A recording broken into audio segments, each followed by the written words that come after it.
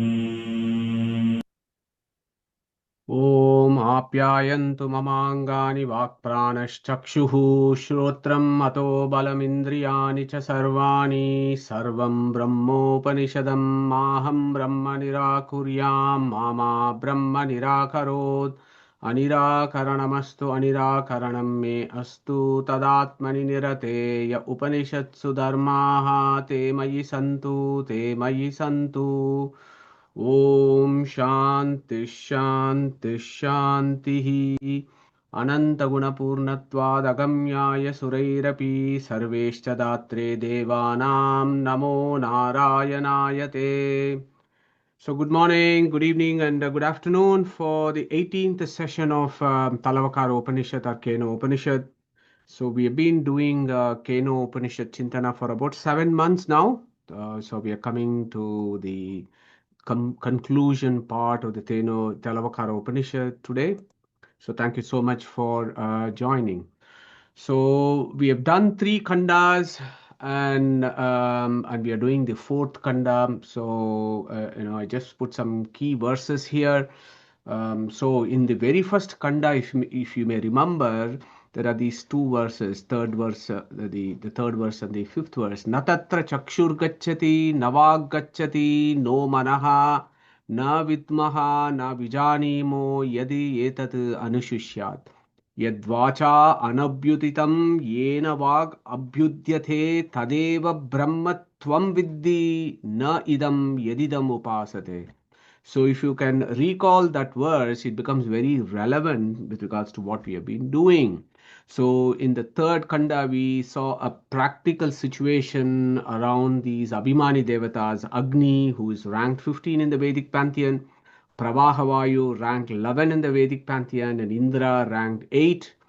And they all have this conversation because they somehow thought that they have won over the Asuras, and it is by their own effort and it is their greatness that they have been able to win over the Asuras. And Antaryami Paramatma has been witnessing all this, and he says, okay, let me shed my grace and get rid of the Asura Avesha that is there inside these Abhimani Devatas, and the whole incident happens, isn't it? So Agni goes and he tries to understand the Yaksha, but he cannot, and he returns. What does that remind of? Na tatra navagachati. So remember this word third, navagachati. The speech cannot reach him. That is exactly what happened to Agni.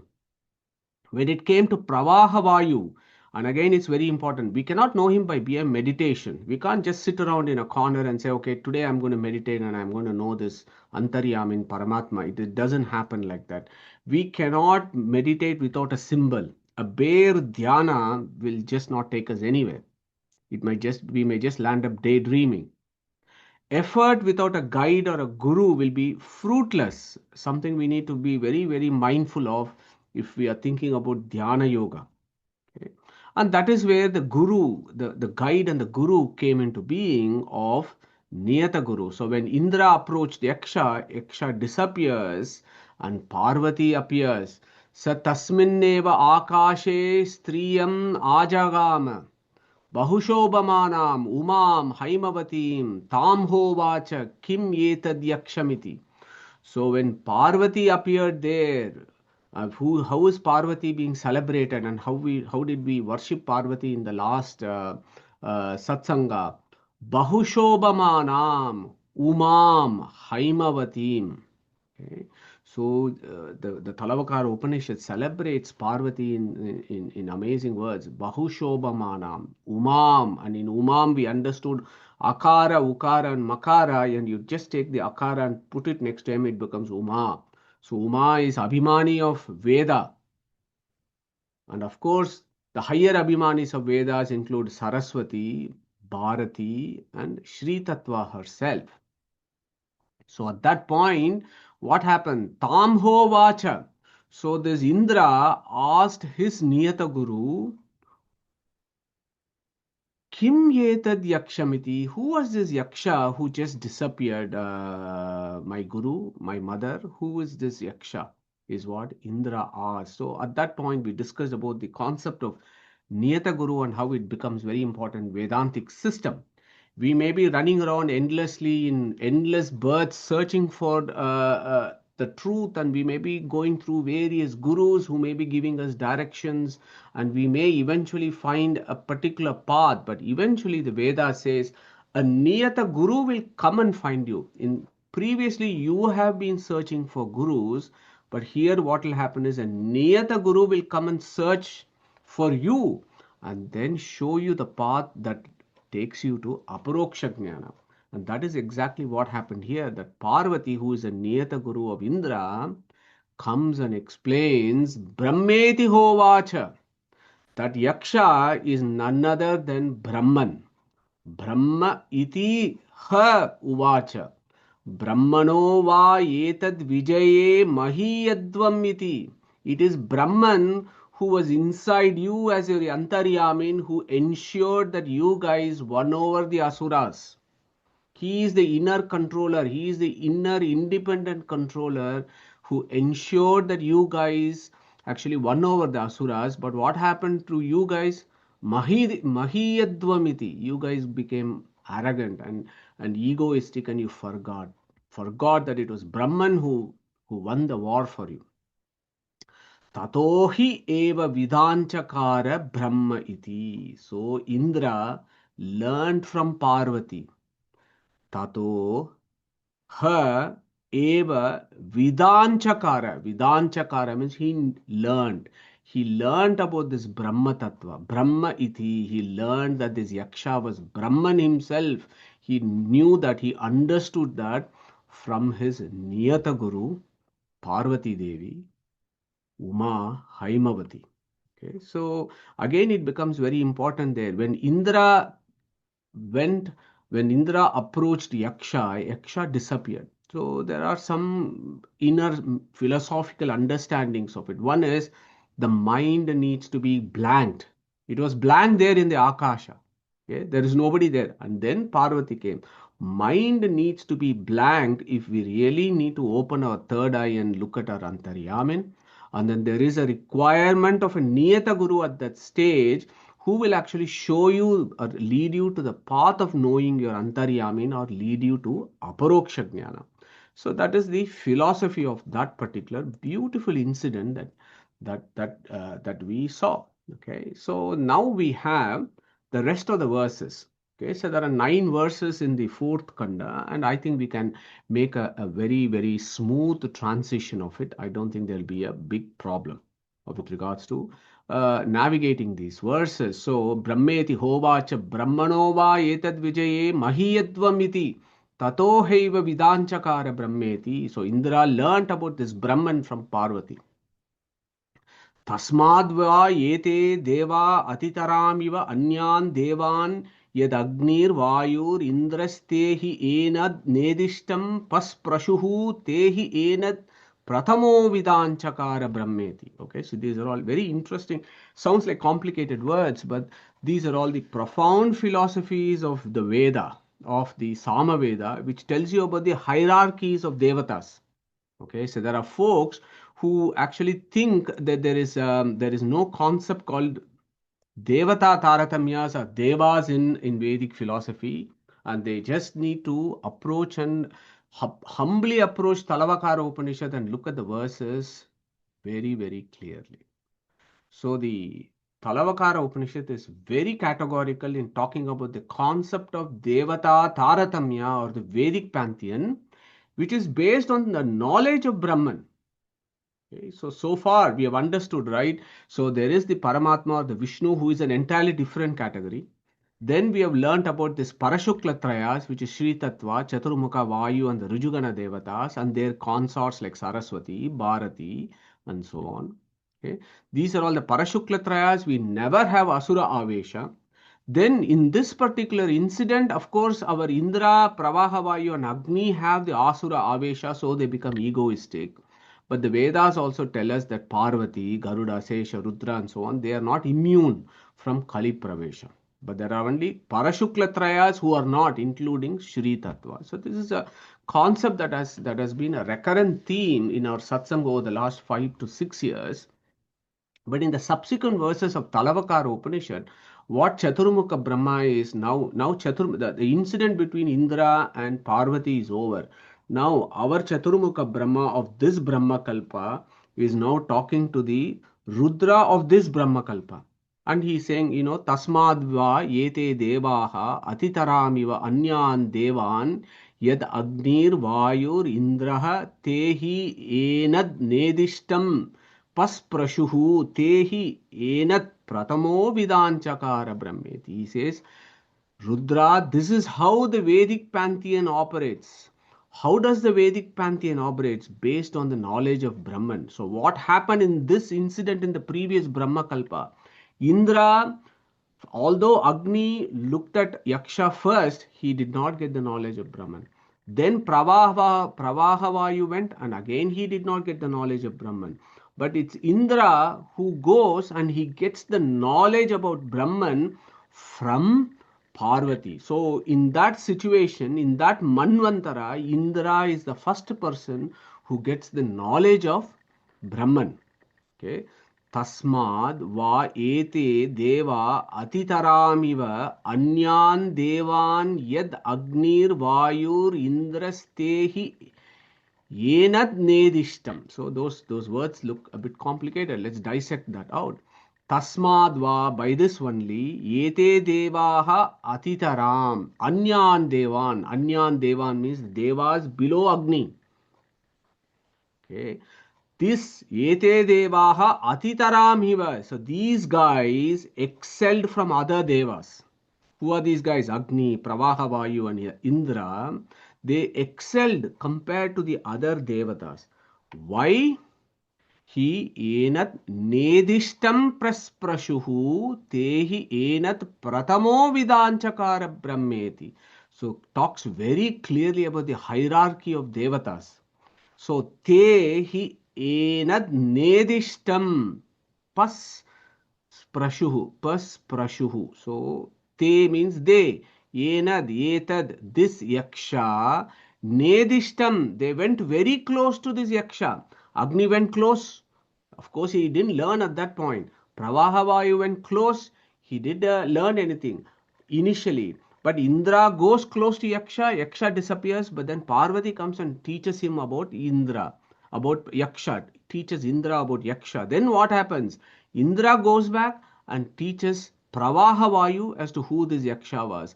Pravahavayu then goes to Agni and teach who this Brahman is. Okay, so that is how the Niyata Guru system works. So for Pravahavayu, Indra becomes Niyata Guru. For Agni, Pravahavayu becomes Niyata Guru, and so on down the link. And for us, at some point, we will have a Niyata Guru who will come and tell us about Brahman. Okay, so that is the concept that is being discussed here. And how did they know about this Brahman, these three guys, Agni, Pravahavayu, and Indra?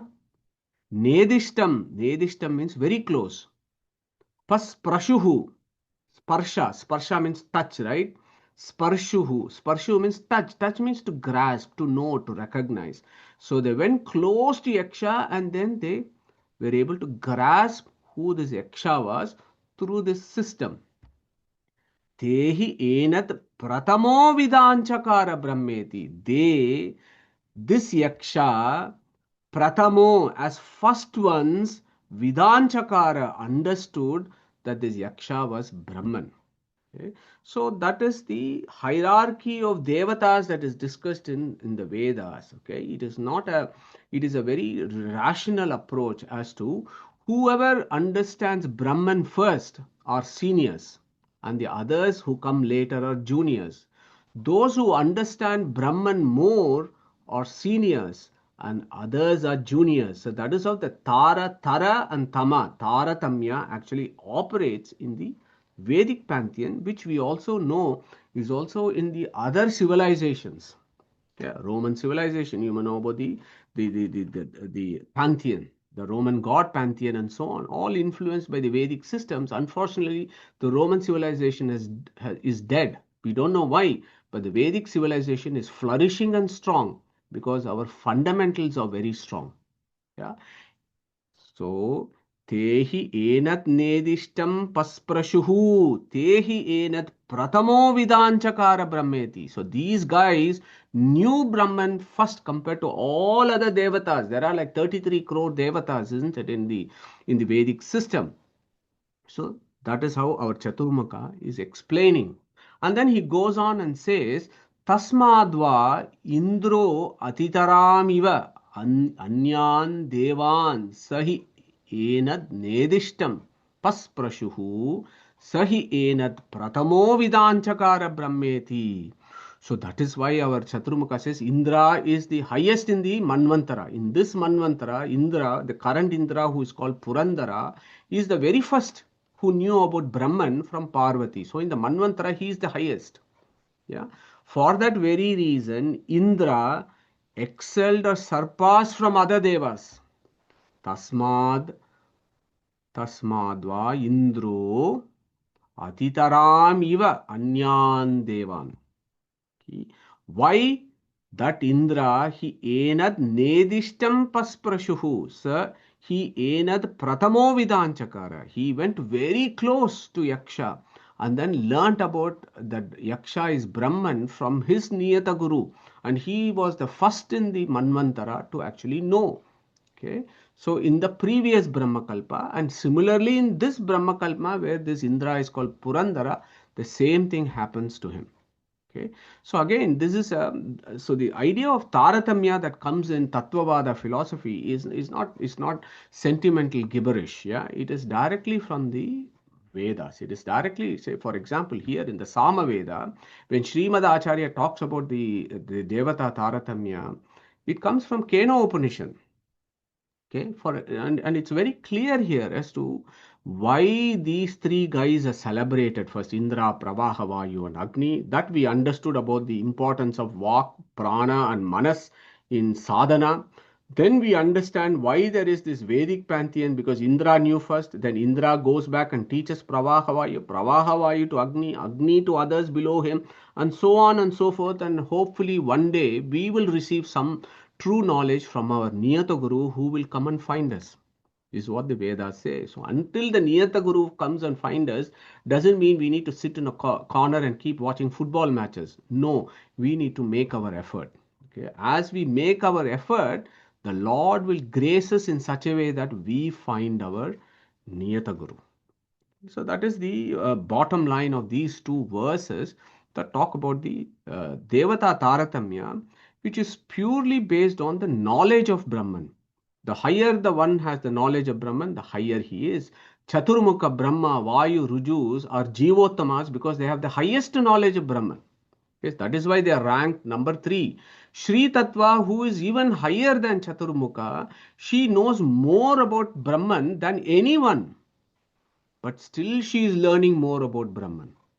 Okay. So she is in number 2, whereas only Vishnu knows fully about himself, so he is number 1. Okay. So that Vedic pantheon is very, very, very clear here. So as we navigate through the subsequent verses, Chaturmukha kind of closes off on a very high note in this Upanishad, but he picks up these three guys, Indra, Pravaha Vayu, also as we know known as Nasikya Vayu, and Agni. Okay, and it comes to this, what is the significance of these three devatas who are described here? Just want to break for a minute for us to think about, and we have done this in the previous satsangs and interactive sessions.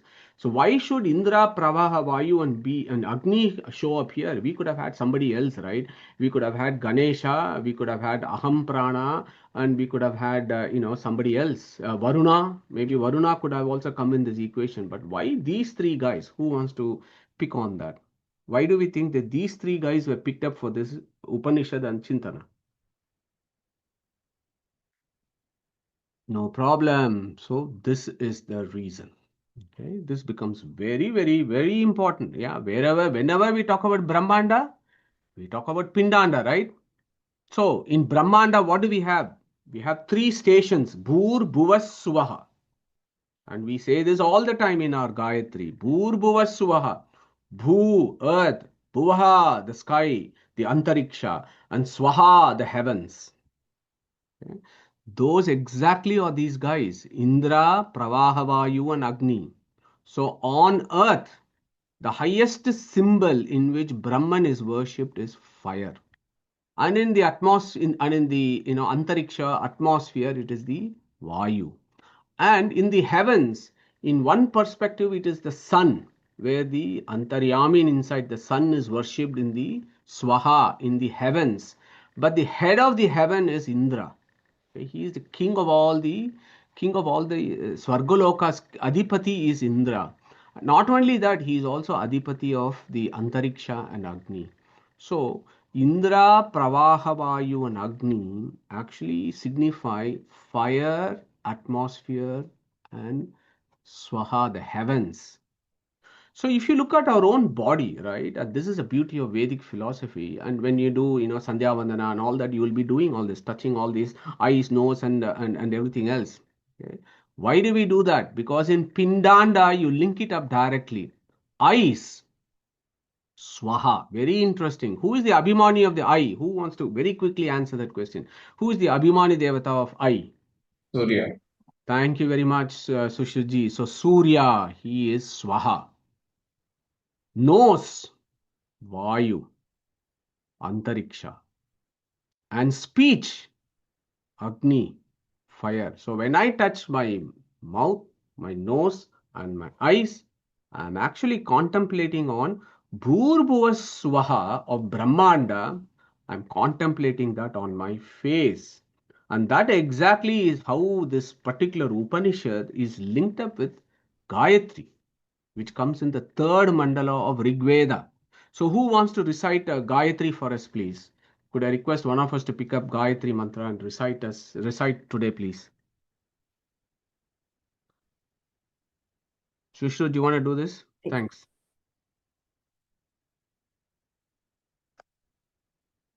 No problem. Sushruth is unable to mute, so I will do that.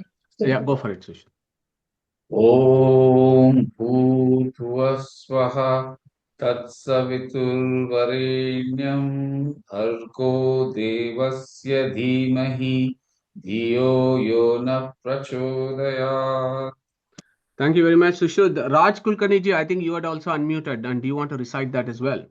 No, I just okay. Okay. I will. Okay. Om Bhurbhuvaswaha Tatsaviturvarenyam Bhargo Devasya Dhimahi Dhiyo Yona Prachodayat. Thank Thank you you. very much, Sushuji and Raji. So, this particular third and the fourth kanda, talking about Indra, Pravaha, Vayu, and Agni, is directly related to Gayatri Mantra. Okay, so I got a series of quick quiz, and let's have a rapid round quiz. Who is the Rishi of Gayatri Mantra? Vishwamitra. Wonderful, Anandji. Thank you very much. What is the Chandas in Gayatri Mantra? Gayatri. Thank you, Anandji. What are the components of the Gayatri Mantra? So this is a little tricky one. So third question, what are the components of Gayatri Mantra? It is here. So who is going to tell? Pranava, Vyaharthi, Gayatri, Purusha. Beautiful. Yeah. So Pranava, Vyahriti, Gayatri. Three components of Gayatri. Beautiful. Here is another tricky one. What is Brahma Gayatri and what is Vishwamitra Gayatri? So who's going to pick that up? So Brahma Gayatri is Tatsaviturvarenyam Bhargo Devasya Dhimahi Dhiyo Yo Nah Prachodayat. Whereas the Vishwamitra Gayatri is Om Bhurbhuvasvaha plus others. Beautiful answer, Anandji. 100 out of 100 to you. So you answered all the questions perfectly right. So anatomy of the Gayatri, we need to be very clear about the anatomy of the Gayatri, because that is all very, very relevant to what the subsequent verses are going to be talking about. So you have Brahma Gayatri and you have Vishwamitra Gayatri. Okay. So Pranava, Vyahriti, Gayatri. So all three together, as Anandji very correctly pointed out, is Vishwamitra Gayatri. Who saw the mantras like this? Then there is the Brahma Gayatri, which is just the Tatsavitur Varenyam up to Prachodaya. Okay. So don't forget the anatomy of Gayatri. And of course, we have done Gayatri in our satsanga a long, long time ago, 5 years ago, I think, followed by which we did Mandukya Upanishad or Manduka Upanishad, you may recall. So to understand the true meaning of Gayatri, we have to go to Rigbhashyam of Srimad Acharya. Om Ashesha Gunodara iti Narayano Apyaso Purno Bhutivaro Ananta Sukho Yad Vyahruti Riritaha Gunaistataha Prasavita Varaniyo Gunonnatehe Bharati Jnana Rupatvad Bhargo Dhyeyo Rakilair Janaihi Prerako Asesha Buddhinam Sa Gayatri Artha Iritaha.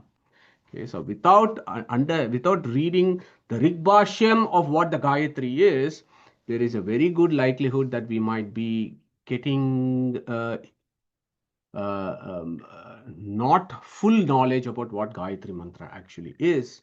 So go back to that. This is just a reminder about Rigbashyam. We'll pick it up over the next 30-40 minutes when we navigate the rest of the verses. Think about the Rigbashyam, where Acharya has actually given the etymology of every word of Gayatri. Okay, starting from Om. Yeah. So Om becomes Akara, Ukara, Makara. Akara is Bu, Ukara is Buvaha, Makara is Swaha. Bhu becomes Tatsavitur Varenyam, Buvaha becomes Bhargo Devasya Dhimahi, Swaha becomes Diyo Yonaha Prachodayat. And the first Varga of Gayatri becomes the first verse of the first part of the Pada 1 of Gayatri becomes Varga 1 of Purusha Shukta. Bhargo Devasya Dhimahi becomes the Varga 2 of the Purusha Shukta. Diyo Yonaha Prachodayat becomes the Varga 3 of the Purusha Shukta. The first Varga of Purusha Shukta is what the Rigveda has. The whole of the Rigveda talks about the first Varga of the Purusha Shukta. Yajurveda talks about the second Varga. Samaveda talks about the third Varga. And of course, all sounds in the universe only celebrate Paramatma, which is the central theme of Aitareya Upanishad, which we will deal with in the new year. So all sounds of the universe celebrate the glories of Brahman. Okay, starting from Om to all the sounds of the universe. And we have Pranava, Vyahruti, Gayatri, Purusha Shukta, the Vedas, and all the sounds. Kena Upanishad is a very shortened version, or rather, we can say the Gayatri is a very shortened version of celebrating Brahman, and Kena Upanishad gives us a further description of what the Gayatri Chintana is all about. How does it work? So here is a quick run through of this, and now we are experts. So in Pindanda, we spoke about Indra, Pravahavayu, and Agni. Okay. And these guys, you can corroborate them in Brahmanda with the Swaha, the heavenly systems, planetary systems, which include Surya, who is 12 in the Vedic Rankian. But Surya's leader and leader of all the devatas in heaven is Indra, so he's automatically Indra is there. Then then you have the atmosphere and the fire, and that corresponds to the earth or Bhu is Akara. Okay. Bhuma, Purna. Bhuma means infinitude. Purnatva. Bhu, Purna. Okay. Ukara is Bhuvaha. Bhuti Varaha. Okay. Swaha, Ananta Sukhaha. So those are all the etymologies of those words. Akara, Ukara, and Makara of Pranava is directly related to Agni, Prabhahavayu, and Idra. So that is one level of understanding how the Talavakara Upanishad, the Omkara, directly links up with these characters that come in the third Adhyaya. Okay, that is why the third Adhyaya is important rather than us seeing it just as an interesting story. No, it is about Gayatri Chintana. Tat Savitur Varenyam Bhargo Devasya Dhimahi. And what is the third one? Diyo Yo Naha Prachodayat. Diyaha, thoughts, yo, who, which, naha, for us all, motivates. Prachodayat means motivate. Prerako, asesha buddhinam sagayatri artha iritaha. Prerako, prachodayat means prerako, asesha buddhinam. Who inspires or motivates our thoughts? Which inspires or motivates our thoughts? When we think about it, go to the very first verse of Kena Upanishad. That is exactly what Rudra was asking, isn't it? Keneshitam patati preshitam manaha, kena pranaha, pratamaha praiti yuktaha, keneshitam vacham imam vadanti, chakshushrotram kavudevo yunakti.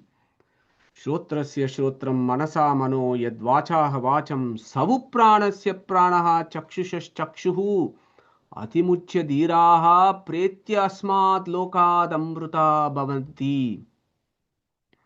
So, Keno Upanishad, the first kanda, first verse to the end of the third kanda is actually an expansion of Gayatri when he says, Diyo yonaha prachodayat, he who motivates our thoughts. And that is the final answer there, that Keno Upanishad asks that question as to who motivates our thought. Keneshitam patati preshitam manaha. Who motivates our thought? And then it is settled that it is Paramatma who motivates our thoughts, which is celebrated as Diyo Yonaha Prachodayat. Okay, so it's beautiful, that Gayatri. Okay, here I think it is very, very helpful to have a very brief understanding of who Gayatri is. And again, I want to just open up. Whom do we think actually Gayatri is? There are folks out there who have, different ways of understand, different interpretation of what Gayatri is. But we have to always stick to what the Vedas are talking about. What is the Rig Veda? What is Chandogya Upanishad talking about Gayatri, to understand who the Gayatri is? So, who is going to tell us very briefly their understanding of who this Gayatri is? Is Gayatri some lady divinity that is worshipped somewhere, or is Gayatri somebody else? So, who wants to remind us, please? Anand, yeah. I think it's on the slide. Gayatri is Brahman. Brahman is Vishnu. Vishnu. Thank you very much. Neeta ji? So is it Gayate iti Trayate, the definition? Yeah, absolutely, Neetaji. Thank you very much. So let us not forget, when the Vedas say Gayatri, it is Brahman himself. It is Brahma Shabdashta Vishnavaya, as Anandji said.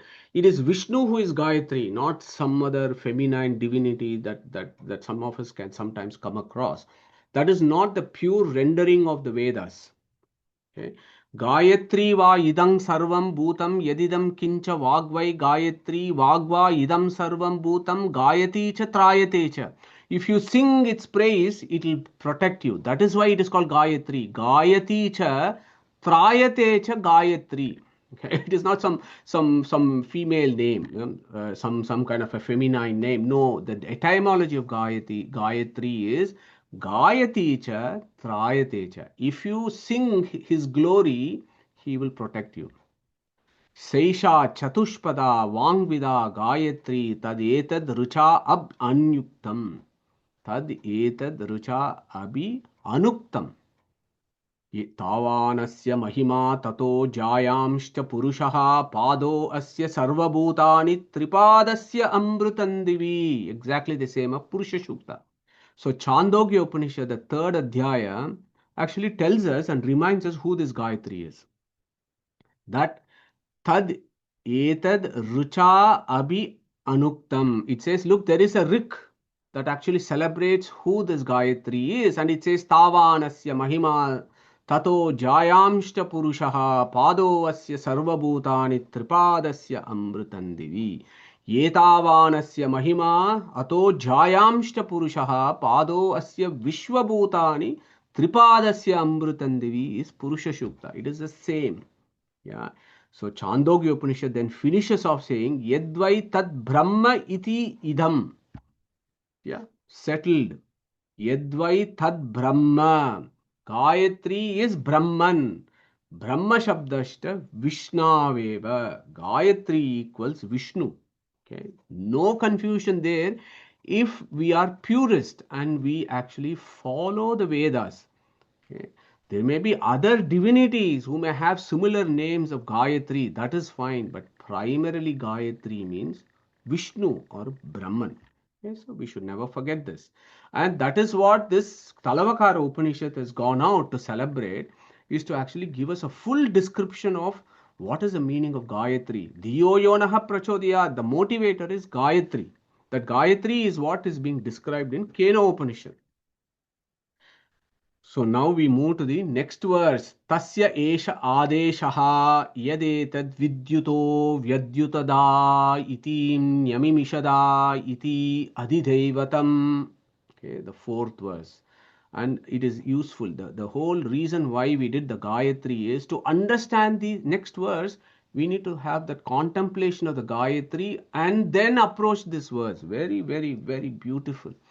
Tasya esha adeshaha yad etad vidyuto. See this number 3 here, very interesting. Vyadyutada iti nyamimishada iti adidaivatam. So you have to drag that. When the number 3 is there, it means you drag it for various reasons. It is exclamation, it is a how beautiful, how wonderful, it is so pleasing, oh amazing, that kind of, to give those adjectives. These you have to stretch those words, and we may not be saying this as a proper person who recites the Vedas, but at least in this satsang we can appreciate why you have to drag there. So tasya esha adeshaha. So here Chaturmukha Brahma is actually teaching Rudra, right? And he says this is the adesha. Tasya esha adeshaha. Of that Brahman, this is the special preaching. Upadesha. Adesha means, you can say Adesha means command. Adesha is also Upadesha. Desha. Desha can be Adesha or Upadesha. Okay. It's a special preaching, high levels of teaching. So Chaturmukha Brahma is now, closing off by giving, the essence of what he has taught so far. And he says, Rudra tasya esha adeshaha. This is the special preaching about that Brahman. Yadetad vidyuto vyadyutada iti nyamimishada iti adidaivatam. I am teaching you the adidaivata upasana. Yeah, of course, our Anandji took us very beautifully through the various chapter 8 where this Adideva, Adiyajna kind of interpretation comes. So here it is a different angle in which what Adidaivatam actually means. Okay, let's kind of navigate. What is it that Chaturmukha is teaching Rudra here? Tasya esha adeshaha vidyuto vyadyutada iti. Okay, Vidyut means, if you look at it in a very superficial sense, Vidyut means lightning.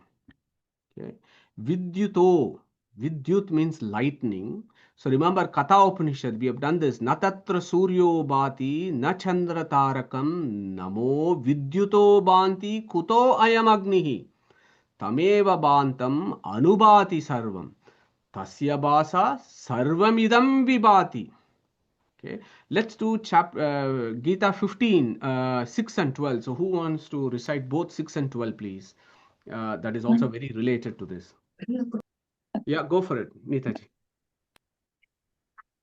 न तद्भासयते सूर्यः न शशाङ्को न पावकः यद्गत्वा न निवर्तन्ते तद्धाम परमं मम यदादित्यगतं तेजः जगद्भासयतेऽखिलम् यच्चन्द्रमसि यच्चाग्नौ तत्तेजो विद्धि मामकम्.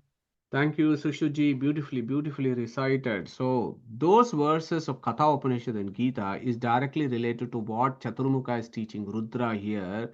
Yad etad vidyuto vyadyutada itin. Let's look at it. Yad etad. That which. Vidyutaha. Vidyutaha. In one sense, vidyut may mean lightning, but vidyutada has actually got higher levels of etymological understanding. What is that? Vidyutaha, vidyotante, light that brightens. Any light that brightens and removes darkness is vidyutaha. Yeah, light that brightens. And in the material world, there are a few things that we as mundane beings are aware of. Only these things: the sun, moon, stars, lightning, and fire. Okay, your bulb and everything is part of fire. In one form or the other, it is fire. The bulbs, LED bulbs, and everything that we have. The sun, moon, stars, lightning, and fire, they are all grouped under Vidyutaha. Okay. That is what our Chaturmukha is saying. So in the, Rudra, in the material world, you have all these things that light. How do they work? Vyadyutada iti. Vyadyutat. Vyadyutat means adyutat. He lights. Brahman who lights all this is called Vyadyotayat. Yeah. Vyadyotayati becomes Vidyutada. And our Chaturmukha is so delighted to say this, and he says Vyadyutada iti. And he celebrates this Brahman who is celebrated in Katha Upanishad in chapter 15, 6 and 12 as the one who lights everything. Okay. Tat Savitur Varenyam. That exactly is what this verse is talking about. Tat Savitur Varenyam. Tat, that Savitur, that sun we worship. He who lights everything. Yeah. Tat Savitur Varenyam. We worship that. And exactly what our Talavakara Upanishad says. Yadetad Vidyuto Vyadyutada itin. Okay. And our Srimad Acharya reminds us at this point of time when Chaturmukha is describing that entity that gives light to everything but still remains unknown to us, that is the Kapila Vasudeva Rupa of Brahman or Vishnu. Think about the Kapila Vasudeva in this situation. When you do this verse contemplation, think about Kapila Vasudeva who is lighting everything, who is the source of everything. That was described so beautifully by Krishna in chapter 15. Tat Savitur Varenyam is Tasyesha Adeshaha Yadetad Vidyuto Vyadyutada itin. So what is the next one? So let us look at this. Nyamimishada iti adidaivatam. Okay, so far we said that which lights everything is Kapila Vasudeva. But the same entity that lights everything in Pralaya is actually in Yoga Nidra. Actually, for us looks like he is sleeping. Yeah. Nyamimishada itim. So see the three again beautiful. He says, what a wonder. The one that lights the whole universe actually in Pralaya is actually closing his eyes. Nyamimishada. What is this divine play of Paramatma? That is what the Rishi is, the Talavakara Rishi is actually thinking about. What a divine play. When he creates the universe, he lights everything. And then when he goes into Yoga Nidra, the universe goes into dissolution. Nyamimishada itin. Ni amimishat. Sleeping with eyes closed is amimishat. Yoga Nidra. Okay.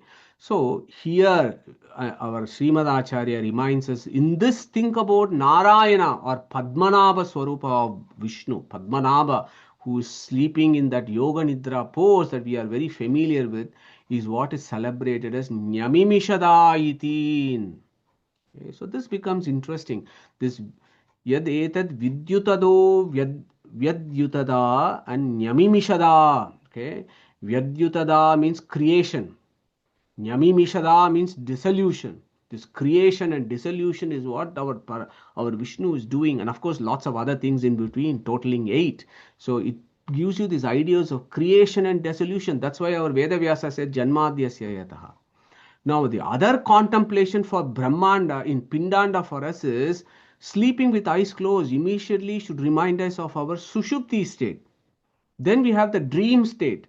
Then we have the waking state of what we are doing in our Pindanda, our cycling in when we are in this sadhana sharira.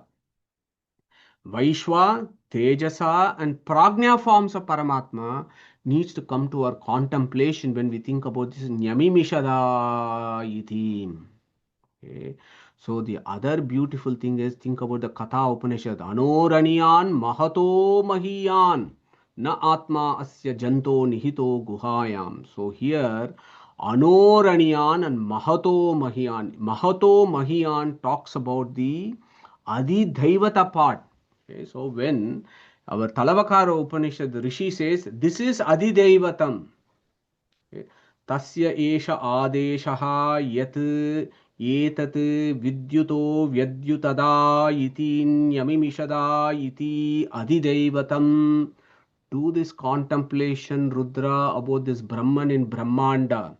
As what? He is Vidyutada, he is Nyamimishada.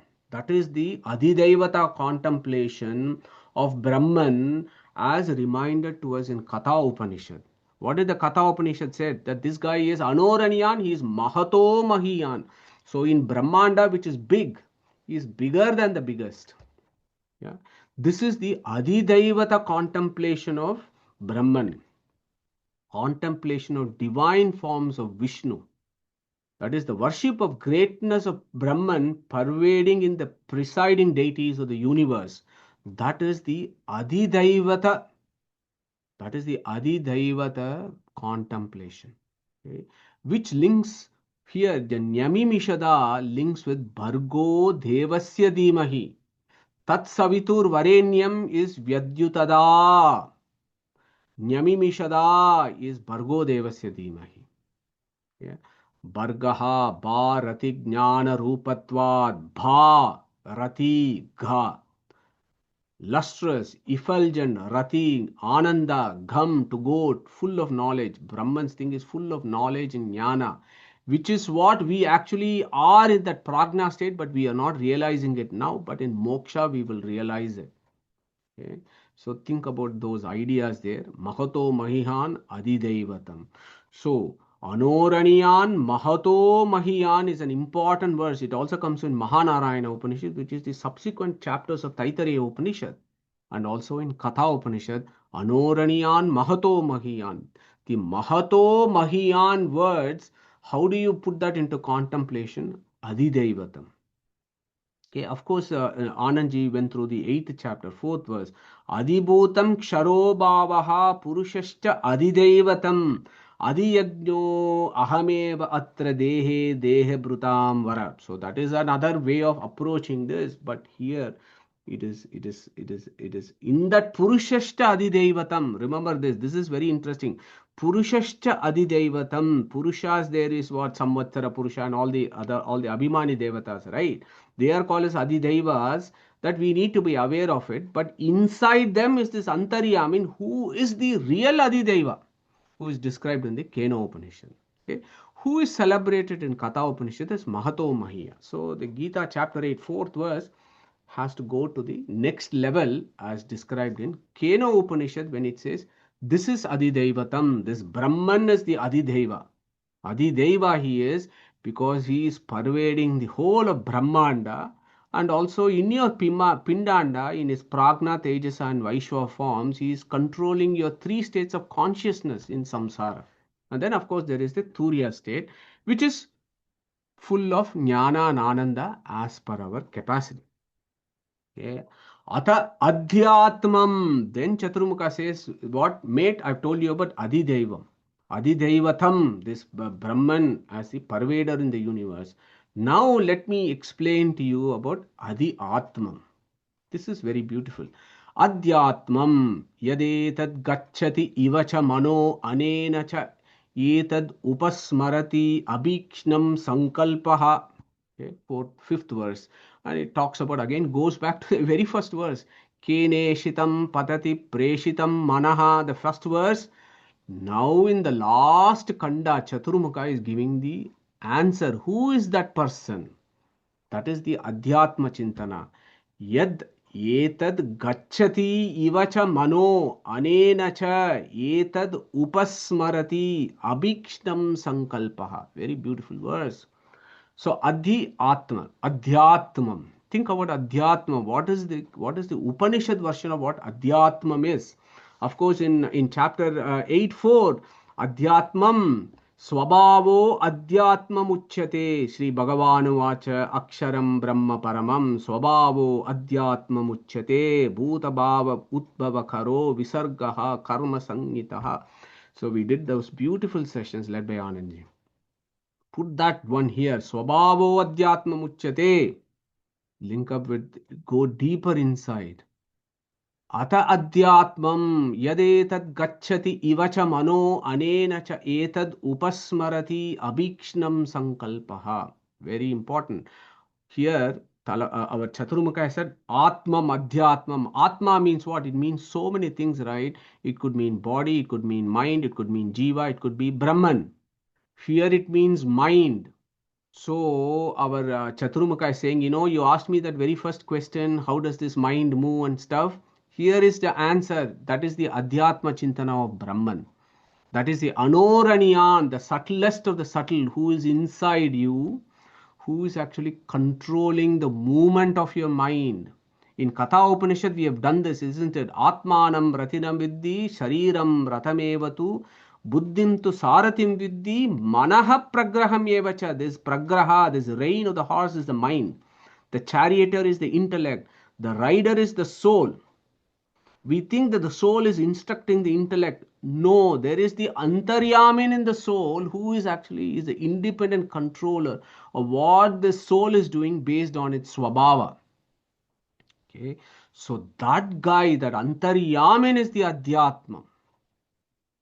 Okay, so our Chaturmukha says that mind, how it moves, yadetat gacchati ivacha manaha, the mind seems to be going everywhere. Anena cha etad upasmarati, it thinks, it thinks, ruminates on things, but it also ruminates on Bhagavanta. This mind also gachati towards Bhagavanta. How does the mind go towards God? How does it always think about God? How does it make abhikshnam sankalpaha? Always make sankalpa to come every Sunday to a satsang and think about this higher things in life. How does it do this? How does this mind do this? Adhyatmam. It is because of this Anoraniyan who is there inside your Antaryamin who is controlling everything. That is the Adhyatma Chintana. Okay? That Adhyatma Chintana, there is the Aniruddha form of Paramatma that needs to come into our consciousness at that point. So when we think about Anoraniyan, Mahato Mahiyan, never forget the two important verses of Narayana Sukta and Taittiriya Upanishad. Yaschayam Purushe, Yaschasav Aditye Sa Ekaha. What is there in the sun inside is also inside you as Antaryamin, which is Brahman. Antar Bahishta Tat Sarvam Vyapya Narayana Stitaha. This Narayana is everywhere, outside and inside. He is Adhyatma and Adideva. Okay.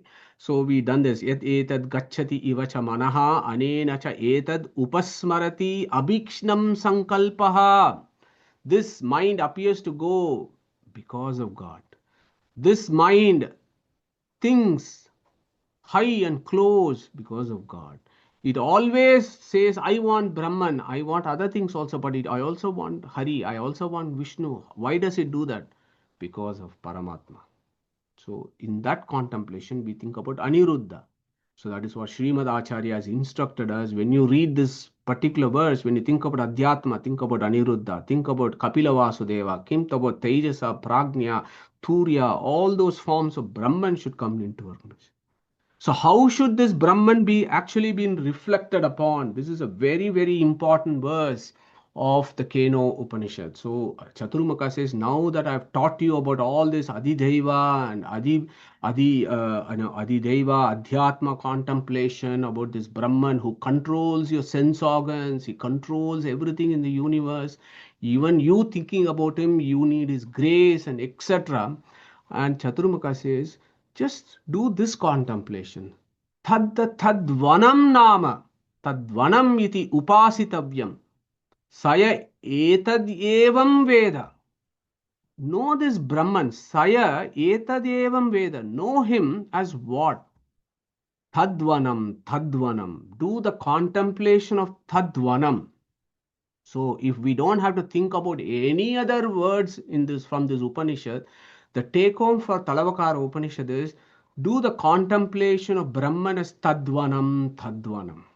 Okay, so what is this Tadvanam? This summary slide gives us an idea of what the Tadvanam is. I'll come to that in a minute.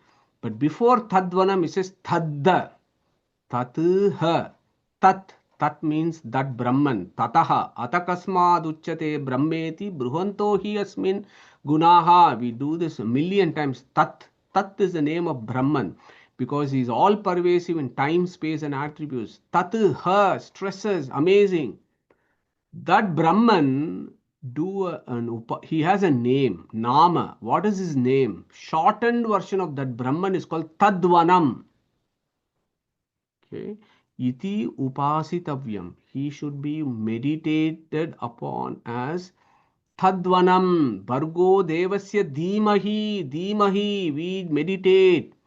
Tad upasitavyam as what? Tadvanam nama. Tadvanam nama. Twice to stress and also to make us understand that there are various ways of understanding this Tadvanam. two ways of understanding this Tadvanam. Some folks think that Vanam means forest, and this guy is unimaginable, impenetrable like a forest. Okay? That is one meaning that is out there, but that is not just one. That is not just the meaning saying that Vanam means forest. That this Brahman is like a forest.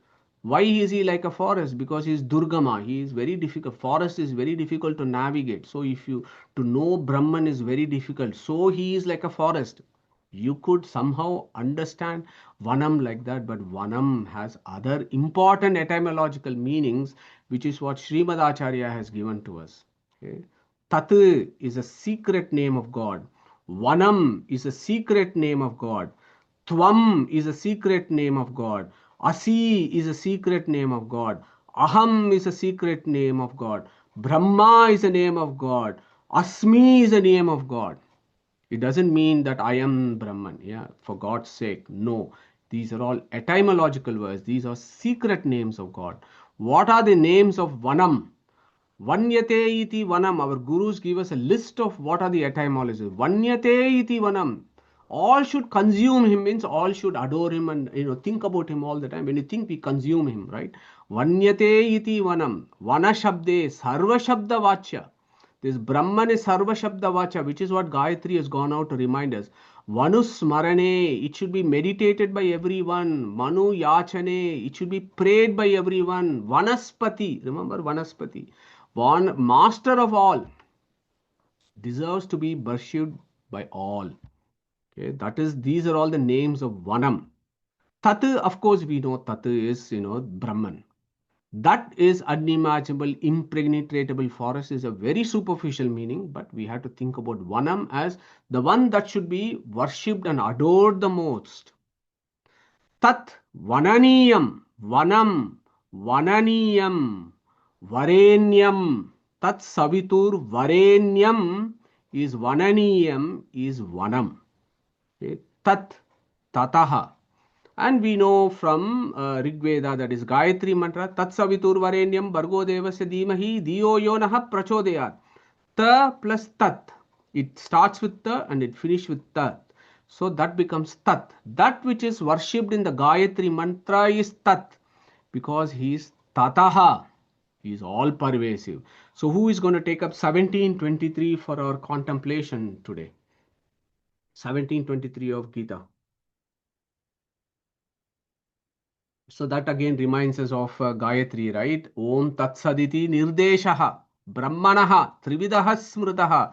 He is, this Krishna says, I am called Om, I am called Tat, I am called Sat, I am called Tat. There means this Tat Savitur Varenyam.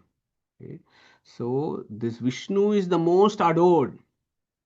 Gunais Tataha Prasavita Varaniyo Gunonatehe. We worship him, Vananiyam Varenyam, because he is all pervasive and his infinite auspicious attributes. Saya eva saya etad evam Veda. This is how you should know this Brahman. Tam evam vidwan amruta iha bhavati. Okay. This is how you should know him. This Chaturmukha is saying constantly to Rudra. Okay. Abhihi enam sarvani bhutani samchanti. Okay. So why should we know him like this? Taddavanam nama. Tadvanam nama iti upasitavyam saya etad evam Veda. Yadbhavam tadbhavati yata chintyati tata bhavati tam yata yata upasate sa tataiva bhavati. If we adore and love our Paramatma as Tadvanam, and if we adore him, and if we love him every day, we should not be fearful of God. We love Parama, we love God. And Chaturmukha says, if Rudra, if you love God like this, what will happen is, Abhihi enam sarvani bhutani samchanti. All the jivas will love you very much. All living things in the universe will love you if you love Paramatma like that. Okay. All living beings will also love us if we actually love Paramatma as Tadvanam, Tadvanam, Tadvanam.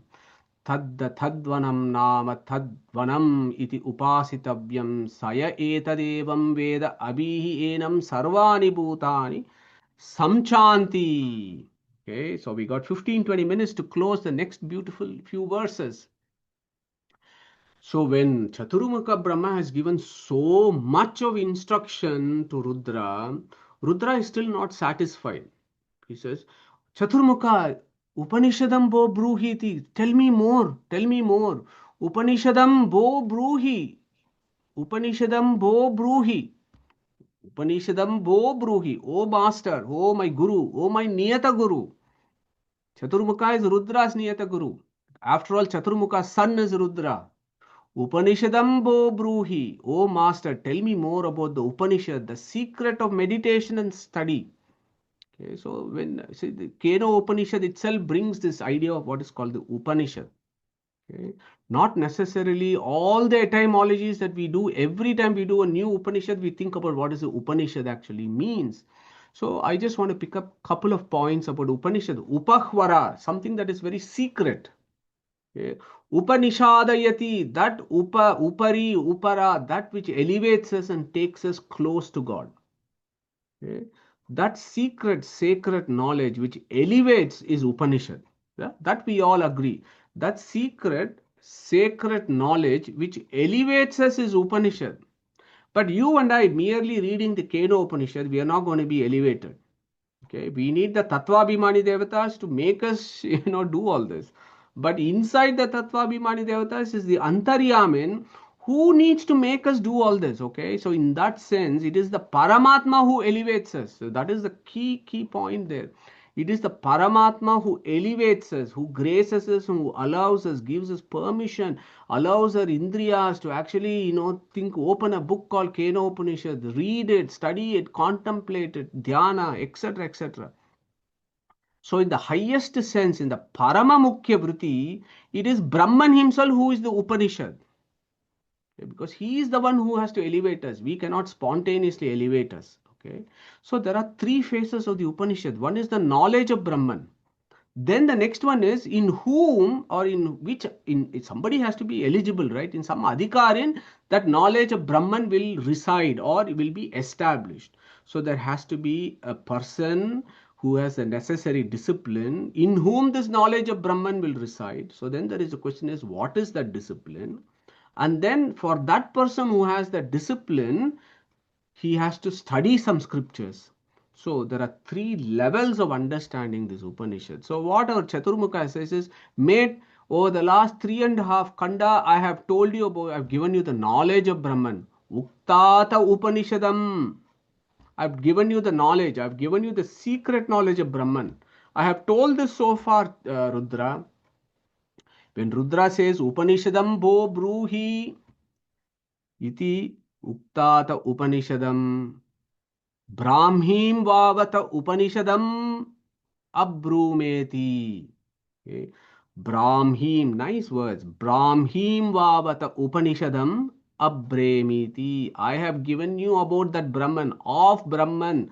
Brahmim vavata Upanishadam abrumeti. I have told you so far about this Brahman.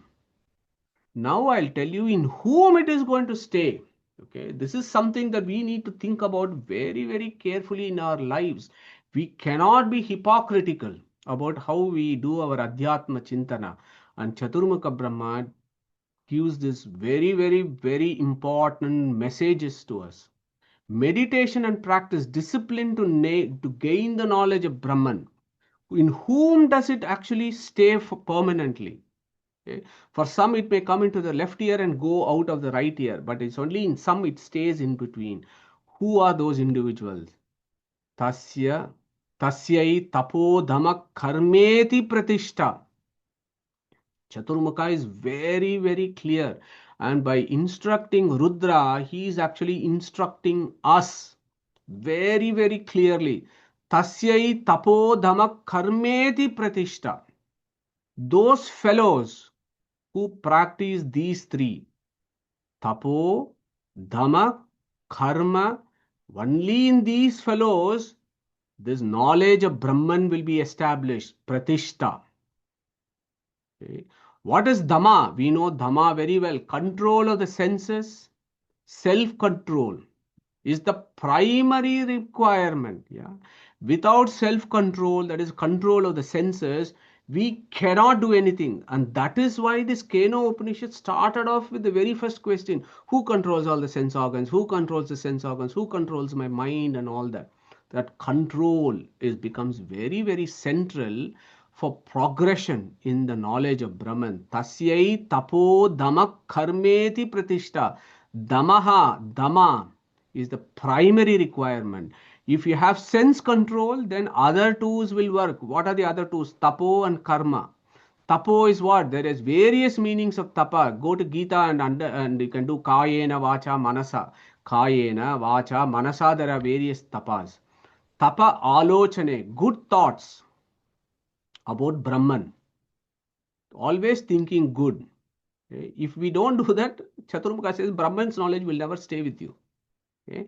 And karma, good karma. What is that? Nishkama karma, following vidhi and nisheda. Karmana jnanamathanoti.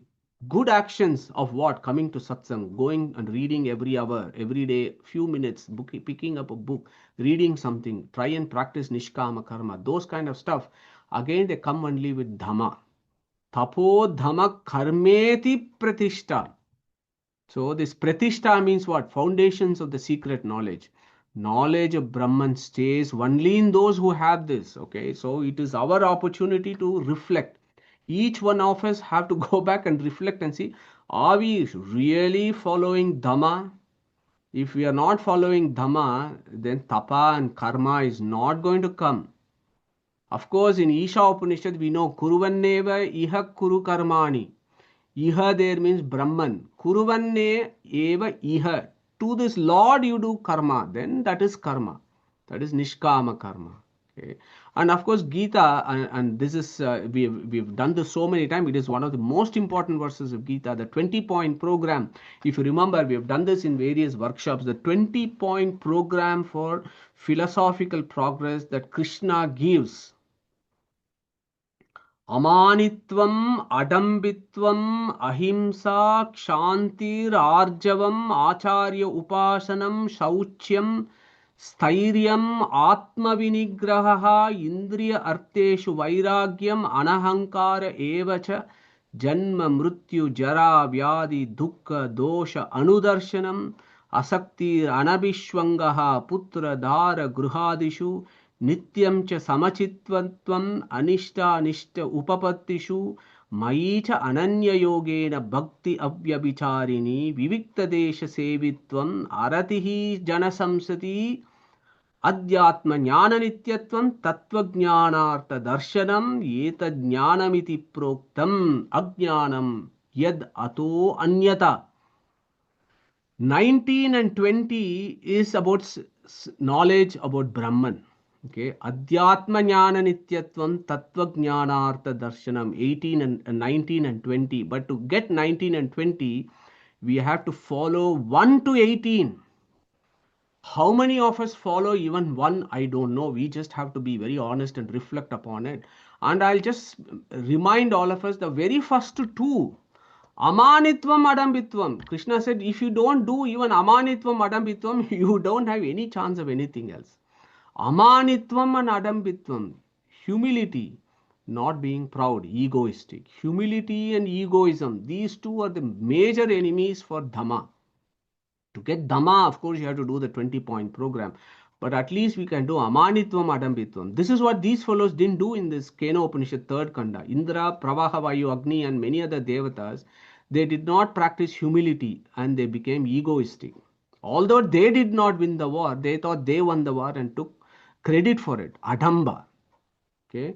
Amanitvam and Adambitvam, they did not have this. So they went through a process. What about us? If we need to have Dhamma, then only Tapa and Karma come. So we have to go back to the 20-point program of Krishna and do this and think about this all the time, because I honestly, I don't do this. We all fall down in many occasions of our lives. We fall down on a regular basis. So when we fall down, we just need to brush ourselves and get up and say, look, this is what Krishna has said. We have to remind and move on. Okay. So he says, Pratishta. In those guys, it stays. But the fellows who have those kind of attributes, what should they be doing to know about this Upanishadam? Okay, so here our Chaturmukha says, Vedaha sarva angani satyam ayatanam. So in fellows who have Shama, Dhamma, Tapa and Karma, what these fellows will be doing, there is a process to know about the Upanishad. What are the roots of knowing that Upanishad, who is Brahman himself, is scriptures. Chaturmukha says, Vedaha sarva angani satyam ayatanam. It is the knowledge of Brahman is only in this, in these scriptures. Na indriyani na anumanam vedahi eva enam vedayanti tasmadahuhu vedaha. That is the definition of Veda, right? That body of text that gives us the knowledge of Brahman is Veda. And here our Chaturmukha expands this a little bit further, and our gurus tell us the scriptures required for study about Brahman is 18. Okay. Very interesting, and we'll come to that in a minute. What are those 18 that we need to at least be aware of? Forget about studying everything. And of course, in Vishnu Tattva Nirnaya, Srimad Acharya, in the very first verse, it says, Sadagamaika Vigneyam, Samatita Ksharaksharam, Narayanam Sadavande, Nirdosha Asesha Sadgunam. Only through Sadagamas you can know him. And then, of course, he goes on and describes what are the Sadagamas. Rigadya, Bharatam Chaiva, Pancharatra Mata Akilam, Mula Ramayanam Chaiva, Puranam Chai, Etadak Atmakam, Itihasa Puranam, Panchamo, Vedanam, Vedaha. So he gives us so much directions, but yet we don't make an effort to read all this. So Vedas, you have two classifications of Vedas. This could be a new concept for us. Think about it. There is the Apaurusheya Veda. Rig Veda, Yajur Veda, Sama Vedo, Atharva Veda, 4 Apaurusheya Vedas. There are also Paurushaya Vedas. Mahabharata, Ramayana, Pancharatragama, and Puranas. All 18 Puranas can be grouped as Puranas. All composed by Vedavyasa, who is Narayana's avatara. 4. Apaurushaya 4, Paurushaya 4. 4 plus 4 is 8. Sarvangani, Vedangas, Siksha, Kalpo, Vyakaranam, Niruktam, Chando, Jyotishamiti. These are the 6 classical ones. Phonetics, rituals, grammar, Niruktam, etymology, which we are very fond of in this in this satsang. Chandas, again we are very fond of Chandas. Jyotishamiti, astronomy, and to this is added Smruti texts like Dharma Shastras and so on. So 7. 8 plus 7 is 15. This is a new idea for us. Satyam. Okay, there are so many meanings of Satyam, right? We have done. Here is another new meaning of Satyam that Chaturmukha gives. Satyam. That which gives us the true meaning of Veda is called Satyam. Okay, these are called Mimamsas. There are 3 Mimamsas. Karma Mimamsa, Devi Mimamsa, Brahma Mimamsa. Karma Mimamsa was, these guys are all Vedavyasa's students. Karma Mimamsa by Jaimini, Devi Mimamsa by Paila and Sesha. Vedavyasa himself wrote Brahma Mimamsa or Brahma Sutra. Karma Mimamsa will tell you what are all the karmas that you need to do. That was just described by Chaturmukha. Devi Mimamsa talks about the Tattvabhimani Devatas. What are their portfolios? What are their Vedic ranks and so on? That is Devi Mimamsa. And I believe it's an extant text. It doesn't exist anymore because we Indians, particularly Hindus, are very good. What are we good at? Forget our own tradition, forget our own background, and then, burn everything, forget everything, throw everything. Hindus are very, very good at this. And no doubt that Devi Mimamsa is gone. Because of some great souls, Brahma Mimamsa has survived. That is the Brahma Sutra, Veda Vyasa. So Karma Mimamsa, Devi Mimamsa and Brahma Mimamsa becomes 3. So 8 plus 7 plus 3 is 18. So our Chaturmukha says, guys, in so many births that you may have, please read this. That is the, and if you follow Tapo, Dhamma, Karma with Vedaha sarva angani satyamayatanam. If you do this, 18, you stand a chance of reaching that number 18. Yeah. Yova yetam evam veda upahatya papmanam anantasvarge loke jeye pratitishti.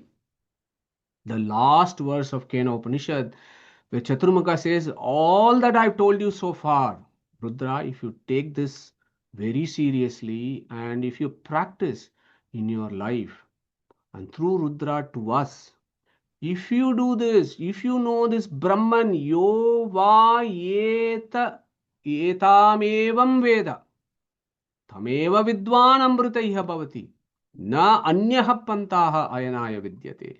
Know that Brahman like this, if you know what is the phala. So this is the phala shruti.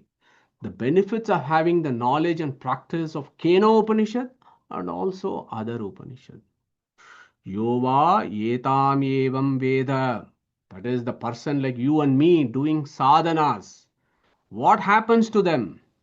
Apahatya papmanam. He gets rid of all the papa karmas. He gets rid of all this karmic imprints in his linga sharira. So I've kind of linked this verse with the journey of souls. We always have the linga sharira with karmic imprints and this primordial ignorance that comes along with us eternally.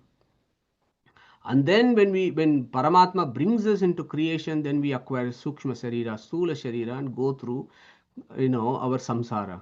And here is where our says, if you have a sadhana Sharira, do sadhana. Okay? And what is that sadhana? Knowing that Brahman as Yova Etam Evam Veda, then what will happen? Apahatya Papmanam. At some stage, you will reach Aparoksha Jnana, where you will get rid of all these karmic imprints and also your ignorance. And when that happens, what happens? Anante swarge loke jeye.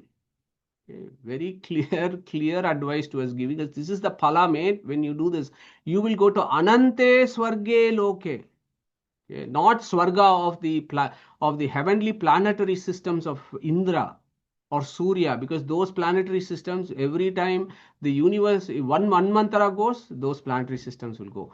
Or not even Satyaloka, because when Chaturmukha Brahma's innings is over, even the Satyaloka is destroyed, right? Is dissolved. Here our Chaturmukha says, not even my loka. You will actually go to Anante Swarge.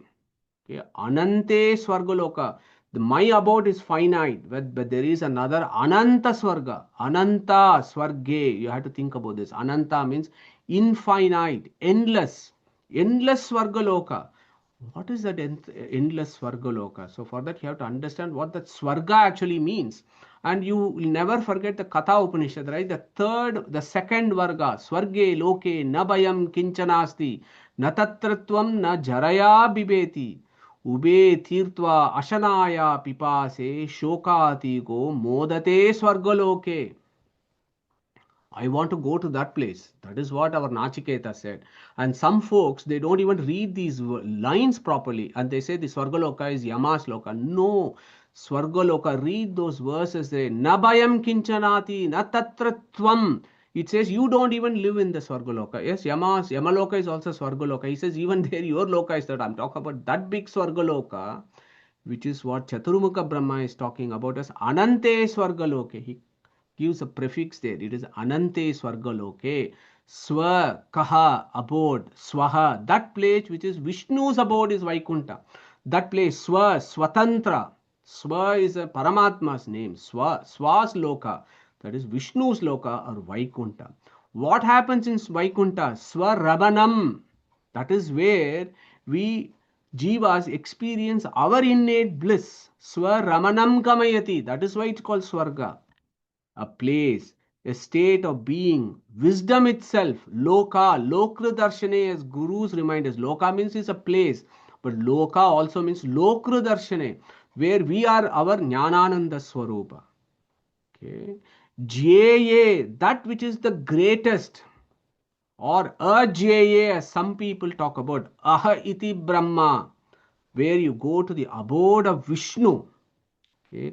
Anante Swarge Loke Jeye, and Chaturmukha gives such a hope and he says Pratitishhtati Pratitishhtati. You stay forever. You stay there forever. Okay. And as you know, when the Upanishad comes to a close, it always, there is not a full stop in Vedic, in ancient Vedic Sanskrit. You repeat it twice. Pratitishtati, Pratitishtati, and Chaturmukha closes the Kena Upanishad there. But also he stresses Pratitishtati, Pratitishtati. You stay there forever. You stay there forever. You don't come back to this terrible samsara which is full of egos and people fighting with each other for some mundane things and suffering, etc., etc. You will not have that. You will be your own self experiencing your innate bliss. And you stay there forever. You don't come back again. Pratitishtati, Pratitishtati. Watch the language. This is different but beautiful when you look at Chandogya Upanishad or Brahma Sutra. Chandogya Upanishad says, Nacha punaravartate, Nacha punaravartate, in exactly the similar contraction. No return forever, no return forever. Okay. Brahma Sutra says, Anavrittir Shabdat, Anavrittir Shabdat. No return forever, no return forever. Kena Upanishad gives a positive view of this. You stay there forever, you stay there forever. So it's just two sides of the coin, right? If you stay there forever, of course, you're not going to return forever. So that is the journey of souls that is being described. Basically, what did we do? We initially had a discussion about what is this indriyas, what is the sense objects, and what are the sense organs. Who is controlling the sense organs? Is the soul controls the sense organs? Or is it the Abhimani Devatas who control the sense organs? That was the first level of discussion. Then we understood possibly Abhimani Devatas may be controlling the sense organs, but then we understood even the Abhimani Devatas are not independent, that they are dependent. Then we understood that the sense organs do not give us the knowledge of Brahman because our sense organs are material. Then we understood that the Abhimani Devatas or the sense organs are not infinite themselves. They themselves are finite beings like us. So even they themselves do not know about Brahman fully. Then the next discussion was, why do they not about Brahman? Because Brahman is infinite. So that was the second kanda where we understood the infinitude of Brahman. And that is because he is infinite, we are finite. We are not Brahman. He is infinite, we are finite. Because we are finite, we cannot know him. Okay, that he is an independent controller of everything in the universe. Now, to bring home the truth in the third kanda, Chaturmukha Brahma goes to the previous Brahmakalpa and describes the situation of these, what happened to the Devatas, and he picks up three Devatas. And those three Devatas are important because they're directly related to Gayatri Upasana. Gayatri Upasana then comes in the fourth kanda, and then that Tatsavitur Varenyam becomes Tadvanam. So if we understood Gayatri, then we understood this Brahman, Tadvanam, Tadvanam. Then how do we understand this Tadvanam fully, comprehensively as per our capacity? Chaturmukha said, these are all the qualities. Tapaha, Damaha, Karma. Of course, Gita expands this further, but these are the three core qualities. And if you have that, then the knowledge of Brahman will stay with you. And that knowledge of Brahman will happen only when you read the scriptures. So when you do the karmana jnanamatanoti with jnanottara karma, jnanottara bhakti, then at some point you will have divine grace, then you will have aparoksha jnana, then you will lose all your karmic imprints, then pratitishtati, pratitishtati. So it gives you the whole journey of souls, and that is what we have done over 7 months. Iti Kenopanishadi Chaturtha Kandaha. And then we close with Om Apyayantu Mamangani Vakpranash Chakshuhu Shrotram Ato Balam Indriyani Cha Sarvani Sarvam Brahmopanishadam Maham Brahma Nirakuryam Mama Brahma Nirakarod Anirakaranastu Anirakaranam me astu tadatmani nirate Upanishadsu dharmaha te mayi santu te mayi santu. Om Shanti Shanti Shanti. So the first verse becomes the last verse. Now it all makes sense. Why this Upanishad talks about hold my sense organs, make them well, so that what? Mama Angani, my vak, my prana, my eyes, my ears, and everything. Make it strong. Look after me. Why?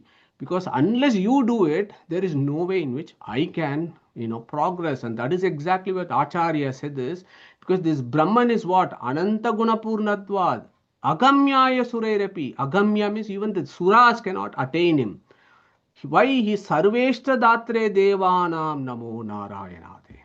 So we finish off the Keno Upanishad, and before we go for Q&A, I'm going to request Ramesh Acharji to close today's session with Mangala Bhajan. Ramesh ji, so over to you. Namaskar, Matsudanji. It's Hare such a Krishna. blessing. And may all the Mangala come to Madhuji and the family for giving us, for spoon feeding so much of the Vedas and other scriptures which we can't even dream of finishing in our lifetime. We're just getting this blessing. So all the Mangala should go to our Guruji. All of us. Yeah. रामचन्द्राय जनकराजमनोहराय मामकाभीष्टदाय महितमङ्गलम् रामचन्द्राय जनकराजमनोहराय मामकाभीष्टदाय महितमङ्गलम् कोसलेशाय मन्दहासदाशपोषणाय वासवादिविनुतसत् वरदमङ्गलम् चारुकुङ्कुमोपेतचन्दनादिचर्चिताय हारकटकशोभिताय भूरिमङ्गलम् ललितरत्नकुण्डलाय तुलसीवनमालिकाय जलदशदृशदेहाय चारुमङ्गलम् Devaki पुत्राय देवदेवोत्तमाय चापजात गुरुवराय भव्यमङ्गलम् पुण्डरीकाक्षाय पूर्णचन्द्राननाय अण्डजातवाहनाय अतुलमङ्गलम् विमलरूपाय विविधवेदान्तवेद्याय सुजनचित्तकामिताय शुभगमङ्गलम् रामदासमृदुलहृदयतामरसनिवासाय स्वामी भद्रगिरिवराय सर्वमङ्गलम् स्वामी भद्रगिरिवराय सर्वमङ्गलम् स्वामी भद्रगिरिवराय सर्वमङ्गलम् ब्रह्मान्त गुरुवत्साक्षात् इष्टं देवं श्रियपतिः आचार्य श्रीमदाचार्य सन्तु मे जन्म जन्मनि हरे Krishna Krishna Pranamastu. Thank you very much, Ramesh ji. Wonderful, wonderful recitation. So I also want to take this opportunity to thank or congratulate all of us, because we kind of invested our time and dedication over the last 7 months to learn a few nectars from Keno Upanishad. So we can open up for Q&A if there are any. So whilst we are waiting for that, just a few announcements. So I'll do the announcements and I'll come to you, Anandji. So for the next 3 weeks we are going to do chapter 9 Gita Chintana, and then from January we'll pick up Aitareya Upanishad. So I just hope, Aitareya Upanishad is so complicated and difficult, I just hope that Srimad Acharya graces us and allows us to study Aitareya Upanishad, because that was his favorite Upanishad. So hopefully you will allow us to read his favorite Upanishad from the new year. So Anandji, over to you. Thank you, Madhuji. Thank you for ending Talavakara on a very, very high note. We all thoroughly enjoyed it. My question is, in Purusha Sukta, there is one liner wherein it brings Agni, Vayu, and Indra in one line. I was wondering if this somehow relates to Kena Upanishad. It says, Mukhad Indrascha Agnischa Pranad Vayurajayata. So it could just be a correlation, or Yeah, very astute observation, Anandji. Absolutely right. Mukhad Indrashta Agnishta Pranad Vayu Rajayata. Absolutely the right. Yes, Purusha Shukta. And as you know, it is not surprising, right? So if you look at the various vargas of Purusha Shukta and you link it up with various padas of Gayatri, it'll all fit in very beautifully. So yes, agreed 100%, Anandji. Thank you. Thanks. Okay, so no questions today. That's wonderful. So it's really nice. I look forward to, we all look forward to chapter 9, led by Harish Ji. So we have chapter 9, part A, then part B with an expert seminar, and then on the 14th of December, part C of chapter 9. So we got a good 3 weeks of chapter 9 Chintana. So the request is all of us, do a lot of background reading before we join the satsang led by Harish Ji. So on that note, Hare Krishna, everyone. Take care and look after yourselves until next week. Yeah, take care. Bye. Hare Krishna. Thank you. Hare Krishna. Hare Krishna.